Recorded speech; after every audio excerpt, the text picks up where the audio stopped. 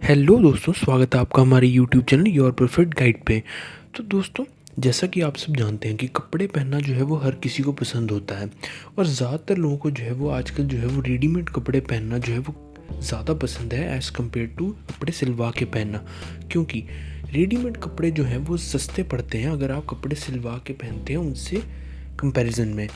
और रेडीमेड कपड़े जो है वो आप कभी भी जो है वो ख़रीद सकते हो मार्केट में जाके, क्योंकि वो एट अ टाइम जो होते हैं वो अवेलेबल होते हैं। और अगर आपने कपड़े सिलवाने हैं तो आपको पहले टेलर को हफ्ता 10 दिन पहले जो है वो देने पड़ेंगे अपने कपड़े सिलने के लिए। इसी वजह से जो है वो लोग जो है वो रेडीमेड कपड़ों को जो है वो ज़्यादा प्रेफरेंस देते हैं एज़ कम्पेयर टू कपड़े सिलवा के पहनने को। इसी वजह से जो है वो इंडिया की रेडीमेड गारमेंट्स की इंडस्ट्री जो है वो काफ़ी बूम कर रही है। इंडिया की जो रेडीमेड गारमेंट इंडस्ट्री है वो 50% कंट्रीब्यूट करती है इंडिया की टेक्सटाइल इंडस्ट्री को। इंडिया में रेडीमेड कपड़ों की काफ़ी दुकानें हैं। आज हमारे देश में जो है वो 10 लाख से ज़्यादा रिटेलर हैं रेडीमेड के कपड़ों के। और आपने भी ये चीज़ नोटिस की होगी कि आपके शहर में या आपके एरिया में जो है वो कपड़ों की जो होंगी वो काफ़ी दुकानें होंगी। इस इंडस्ट्री की जो है रेडीमेड इंडस्ट्री की जो है वो अपने आप में एक ख़ास बात है कि इसमें जो है वो ब्रेक इवन पॉइंट जो है वो आसानी से मिल जाता है। मतलब इसमें छोटे से छोटा दुकानदार भी जो है वो लॉस नहीं उठाता। मतलब अगर वो ढंग से काम करे तो उसे प्रॉफिट अच्छा खासा बन जाता है। ऐसा इसलिए है क्योंकि रोटी, कपड़ा और मकान, ये 3 चीज़ें जो हैं वो हर आदमी के लिए जो है वो नेसेसरी है। हर बंदे को जो है वो कपड़े की ज़रूरत पड़ती है अपने तन को ढकने के लिए। लेकिन दोस्तों, रेडीमेड इंडस्ट्री में जो है वो कंपटीशन बहुत है, क्योंकि ये जो इंडस्ट्री है वो प्राइस सेंसिटिव बहुत है। अगर आपकी जो है वो परचेजिंग अच्छी नहीं है तो जो है आप अच्छे से बेच भी नहीं पाओगे माल। तो दोस्तों, आज के हम इस वीडियो में जो है कुछ ऐसे इंपॉर्टेंट पॉइंट्स के बारे में बात करने वाले हैं जो आपको हेल्प करेंगे अगर आप रेडीमेड इंडस्ट्री में काम करते हो, या फिर अगर आप सोच रहे हो एक रेडीमेड की दुकान खोलने का, तो ये पॉइंट्स जो हैं वो आपके लिए बहुत वैल्यूएबल साबित होंगे। तो दोस्तों, हमारा जो पहला पॉइंट निकल के आ रहा है वो है कि परचेजिंग इज़ वेरी इंपॉर्टेंट। इस इंडस्ट्री में जो है वो परचेजिंग जो है वो काफ़ी ज़्यादा इम्पॉर्टेंट है। मतलब माल बेचने से ज़्यादा जो है माल ख़रीदना आना चाहिए आपको। इससे हमारे कहने का मतलब ये है कि आपको जो है वो माल को जो है वो ख़रीदना आना चाहिए, क्योंकि अगर आप माल जो है वो अच्छे रेटों पे ख़रीदोगे और अच्छे से ख़रीदोगे तो जो है आप उसको अच्छे तरीके से बेच पाओगे। तभी आपके जो है वो प्रॉफिट मार्जिन्स बढ़ेंगे। इस पॉइंट को जो है वो मैं एक एग्ज़ाम्पल के साथ समझाता हूँ। फॉर एग्ज़ाम्पल कि आपकी जो है वो आपके एरिया में जो है एक रेडीमेड कपड़ों की दुकान है और आप जो है वो किसी एक ब्रांड की जो है वो जीन्स बेच रहे हो। मान लेते हैं कि आप लिवाइस की जीन्स बेच रहे हो और आपके एरिया में जो है वो कपड़े की और 2-3 दुकानें हैं।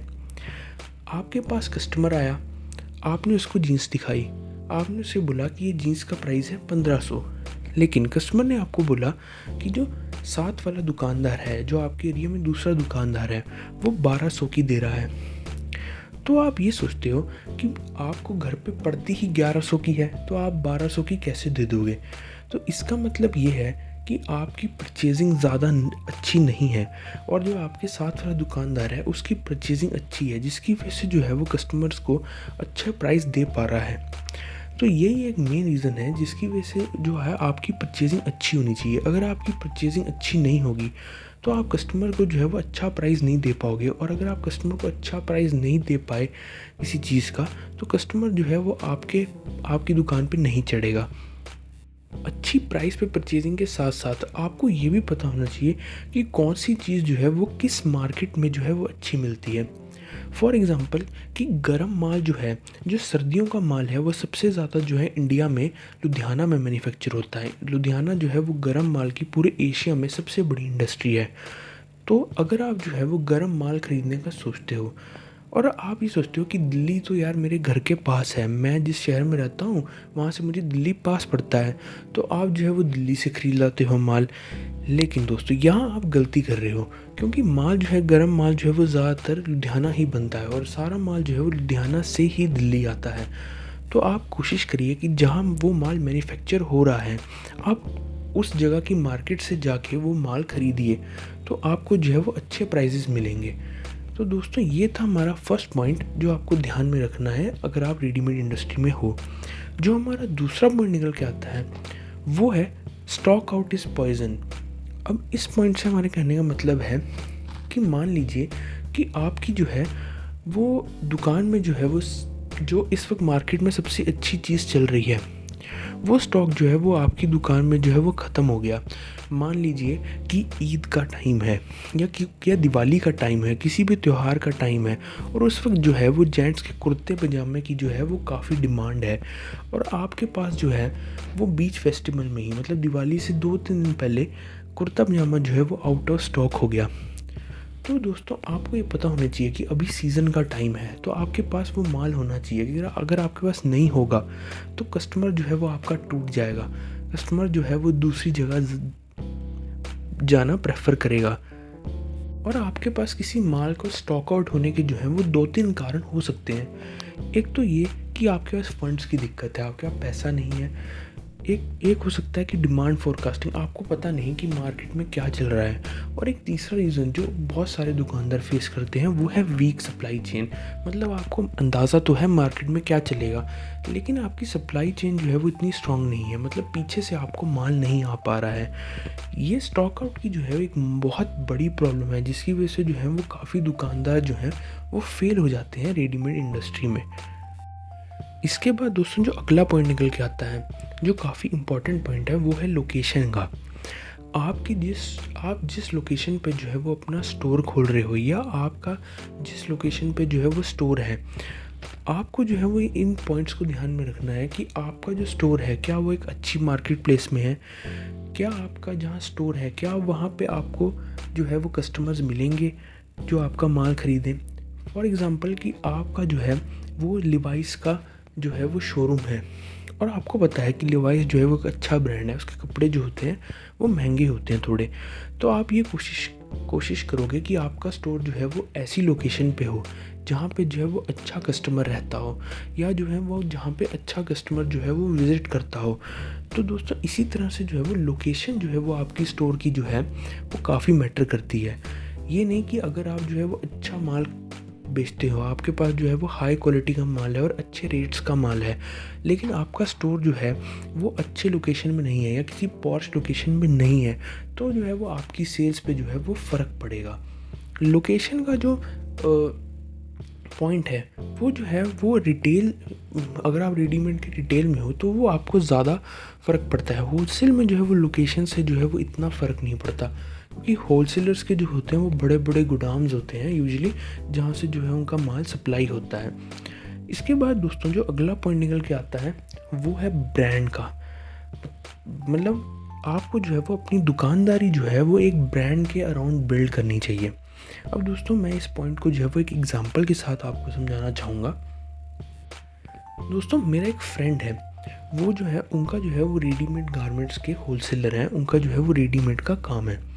उसके जो फादर थे मतलब अभी भी हैं, मेरे जो दोस्त के मतलब अब जो है वो मेरा दोस्त बैठता है अपनी शॉप पे, उसके जो फादर हैं उन्होंने जब काम करते थे तो वो जो अंडर गारमेंट्स बेचते थे अपने दुकान पे वो जो थे वो लोकल ब्रांड्स के बेचते थे। मतलब इतने जो है जो नामचीन ब्रांड्स हैं हमारे देश में उनके नहीं बेचते थे। तो जब उनके लड़के ने बैठना शुरू किया तो उसने जो है वो लक्स कोजी, आप सबने नाम सुना होगा, उसकी ऑफिशियल डिस्ट्रीब्यूटरशिप ली। तो इससे क्या हुआ कि उसके पास ऑफिशियल डिस्ट्रीब्यूटरशिप आई और उसके पास कस्टमर बने, उसने नए कस्टमर बनाए। उसने उनको बोला कि मैं लक्स कोजी का डिस्ट्रीब्यूटर हूँ, तो कस्टमर ने उनसे माल लेना शुरू किया और धीरे धीरे जब कस्टमर ने उनसे लक्स का माल लेना शुरू किया तो कस्टमर ने उनसे पूछा कि आपके पास रुमाल भी मिलते हैं, क्या आपके पास सॉक्स भी मिलती है, क्या आपके पास जो है वो रेनकोट्स भी मिलते हैं। तो इससे क्या हुआ कि एक ब्रांड के अराउंड जो है उसके और प्रोडक्ट्स भी बिकने लग पड़े, उसकी सेल्स जो है वो बूस्ट अप हो गई एक ब्रांड को जब वो लेके चला। तो दोस्तों इस पॉइंट से हम ये समझाना चाहते हैं कि आपको अपनी दुकानदारी जो है वो अपने एक ब्रांड को, मतलब आप ब्रांडेड माल बेचो अपनी दुकान में, आपको मार्जिन कम होंगे कोई बात नहीं, लेकिन उससे जो है वो आपकी एक दुकानदारी बन जाएगी और आपको जो है वो ओवरऑल आपके एक ब्रांड रखने से आपकी और चीज़ें भी जो हैं वो बिकने लग पड़ेंगी। क्योंकि दोस्तों जो ब्रांड्स होते हैं जो हैं वो जल्दी बिकते हैं एज़ कम्पेयर टू लोकल माल। और एक बार आप ब्रांड रखनी शुरू कर दोगे तो आपके पास तो कस्टमर नोटिस करेगा कि आपके पास और क्या क्या चीज़ें मिलती हैं। तो इससे जो है वो आपकी ओवरऑल सेल्स में फ़र्क पड़ेगा और आपकी सेल्स जो है वो बूस्टअप होंगी। तो दोस्तों इसके बाद जो अगला पॉइंट निकल के आता है वो है कि you should know how to sell your goods. मतलब कि आपने माल तो भर लिया, आपने परचेजिंग अच्छी कर ली, आपने ब्रांड भी रख लिया, आपने सब कुछ काम जो है वो ढंग से कर लिया, लेकिन आपको जो है वो माल बेचना नहीं आया। अब देखिए दोस्तों, हर कोई जो दुकानदार होता है वो अपनी तरफ से जो है वो बेस्ट चीज़ परचेज करके लाता है। वो अपनी तरफ से कोशिश करता है कि मैं जो है वो बेस्ट दूँ कस्टमर को, लेकिन कई बार जो होता है वो कस्टमर का ऐसा मूड होता है कि जो है वो आपको आपकी दुकान पे अच्छी से अच्छी चीज़ को भी जो है वो कह देगा ये बेकार है। तो दोस्तों मतलब आपको जो है वो कस्टमर को कन्विंस करना आना चाहिए, आपको जो है वो माल बेचना आना चाहिए।